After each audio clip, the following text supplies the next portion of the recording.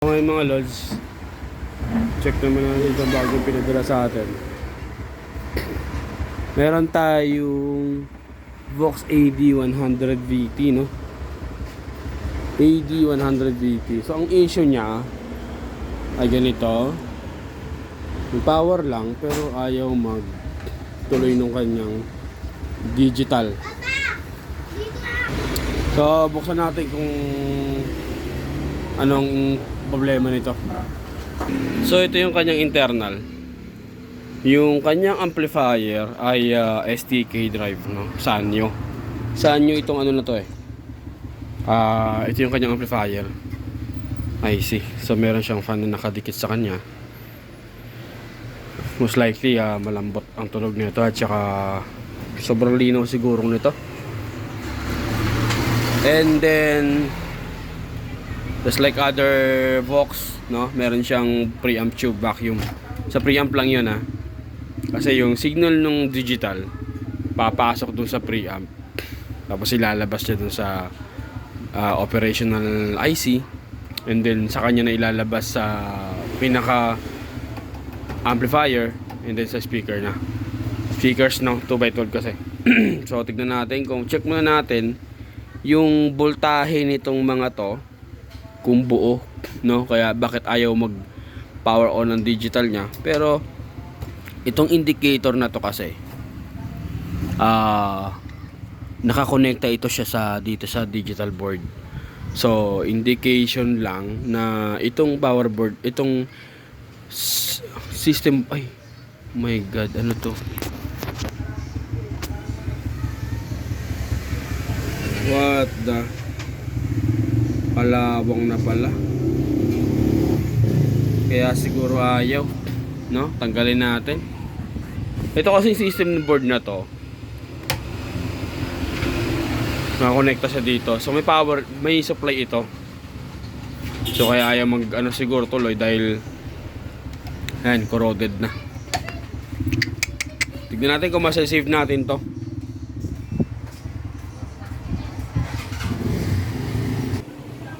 I-remove natin itong mga knobs muna para matanggal natin lahat kasi hindi pwedeng ganyan. Oh, wala na rin to. So, palitin na rin to. Pero later on na kapag nagka-power na tayo.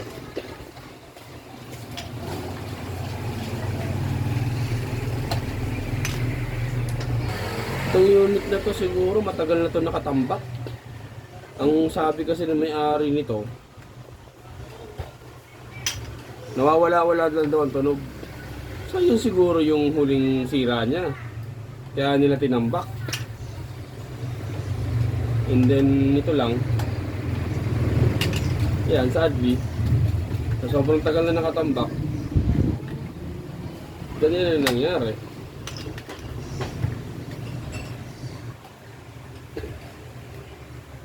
Sabi kasi na may-ari nito, nawawala-wala lang daw ang tunog. Siguro yun yung huling sintomas niya bago nila tinambak. Kasamaang palad lang. Sa sobrang tagal na nang naitambak, hindi nila alam, nagkaganito na. Yun lang yung nasa isip nilang huling sira. O, tignan natin magagawa natin dito. Inisan muna natin. Siguro ay jump in na lang talaga dito. So unahin ko muna itong digital.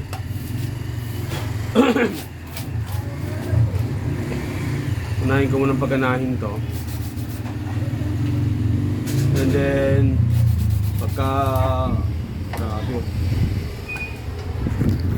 unahin ko muna paganahin to. And then kapag nag-okay na dito, saka ko nito trouble itong kanyang amplifier. Tingnan muna natin magagawa natin dito.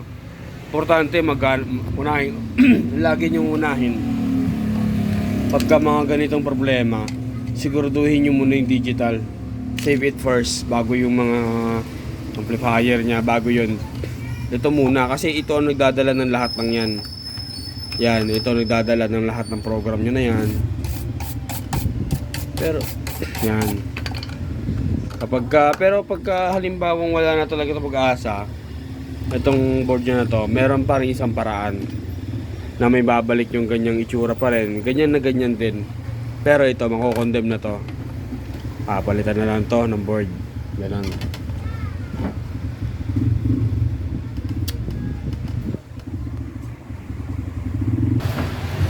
Let's see what we can do. Linisan muna natin itong ating locker cleaner.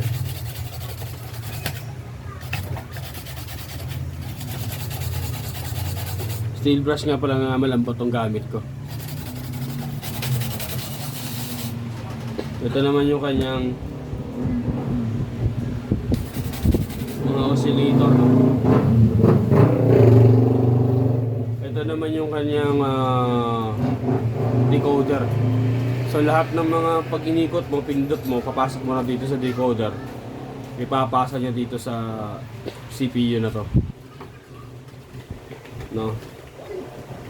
Possible nandito yung program niya or nandito. Ito naman yung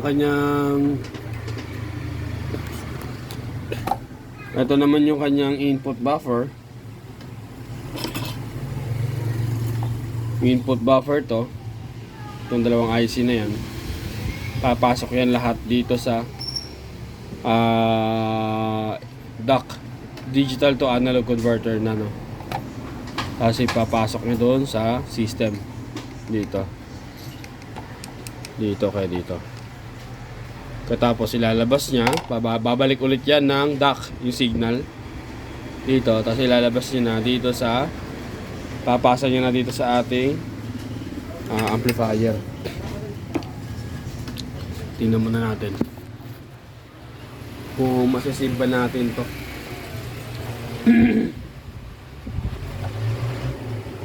Hindi ko rin alam kung maliligtas pa to.